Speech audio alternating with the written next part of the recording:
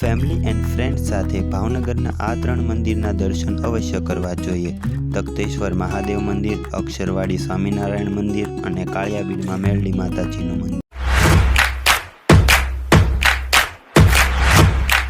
So hello friends, welcome to our channel out of home. આપણે પહેલાં થોડું ભાવનગર વિશે જાણીએ. આઝાદી પહેલાંના દિવસોમાં ભાવનગર ગોહિલવાડ તરીકે જાણીતું હતું અને સૌથી મોટું અને વિશાળ રાજ્ય હતું.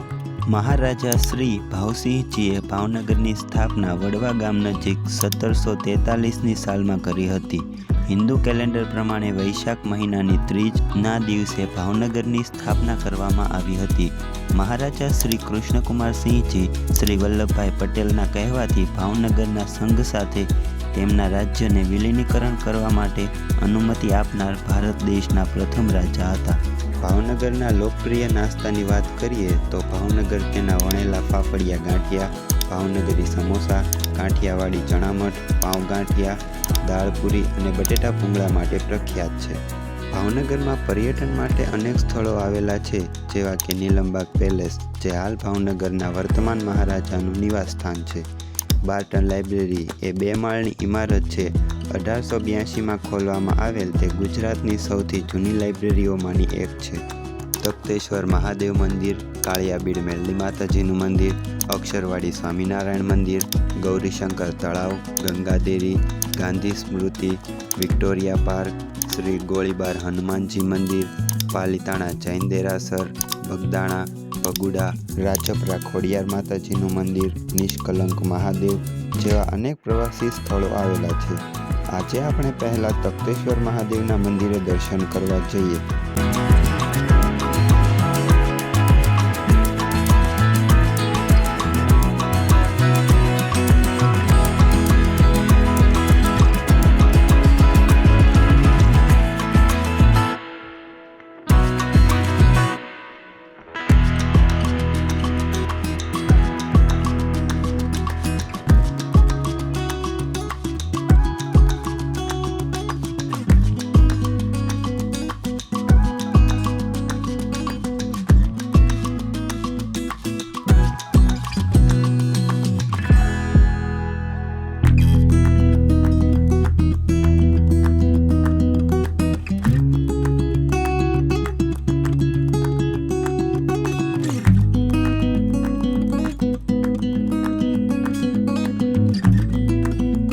એક નાની ટેકરી ઉપર આવેલું આ મંદિર ભાવનગરની મધ્યમાં આરસનું બનેલું છે.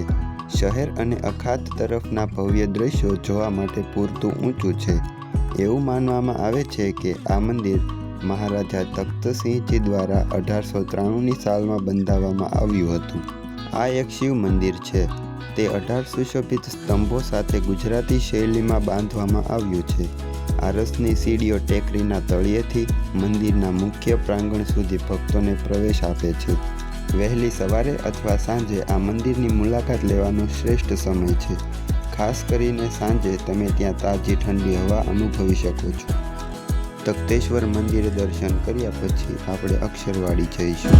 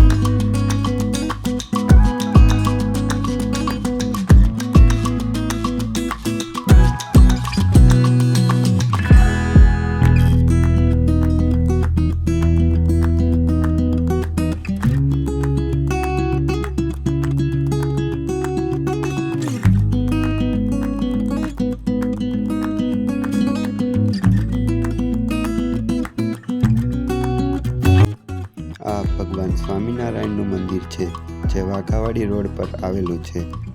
ભગવાન સ્વામિનારાયણનું મંદિર અને મૂર્તિઓ ખૂબ જ આકર્ષક છે, જેમાં પ્રવેશ માટે અક્ષરદ્વાર છે. સ્વચ્છ, સુંદર અને તમામ સુવિધાઓથી ભરપૂર આ મંદિર અને મંદિરની આસપાસ સુંદર ગાર્ડન, બેસવાની જગ્યા અને સૌથી મહત્વપૂર્ણ શાંત વાતાવરણ છે. પાર્કિંગની સુવિધા પુષ્કળ પ્રમાણમાં ઉપલબ્ધ છે.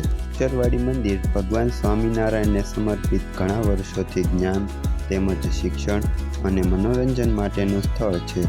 મુખ્ય મંદિરથી લઈને બગીચાઓ સુધી મંદિરો સાથે સંબંધિત દરેક તત્વ આધ્યાત્મિક પડઘો પાડે છે. અક્ષરવાડી દર્શન કર્યા પછી આપણે કાળિયાબીડ મેરડી માતાજીના મંદિરે જઈશું.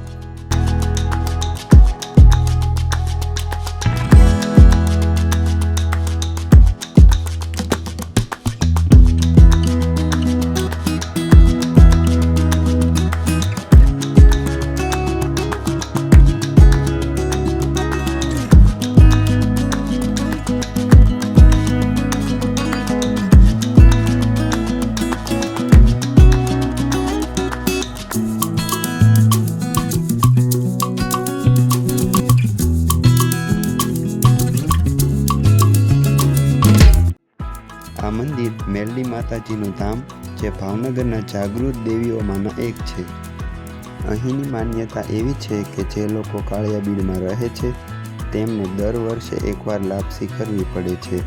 મેરડીમાં અને ભીમડિયા દાદાના દર્શન ખૂબ જ પરોપકારી છે. અહીંયા ગંગનાથ મહાદેવનું મંદિર પણ આવેલું છે. અહીંનું વાતાવરણ ખૂબ જ સકારાત્મક છે. મંગળવાર અને રવિવારે માતાજીનો દિવસ હોવાથી ભક્તો અહીં ઉમટી પડે છે.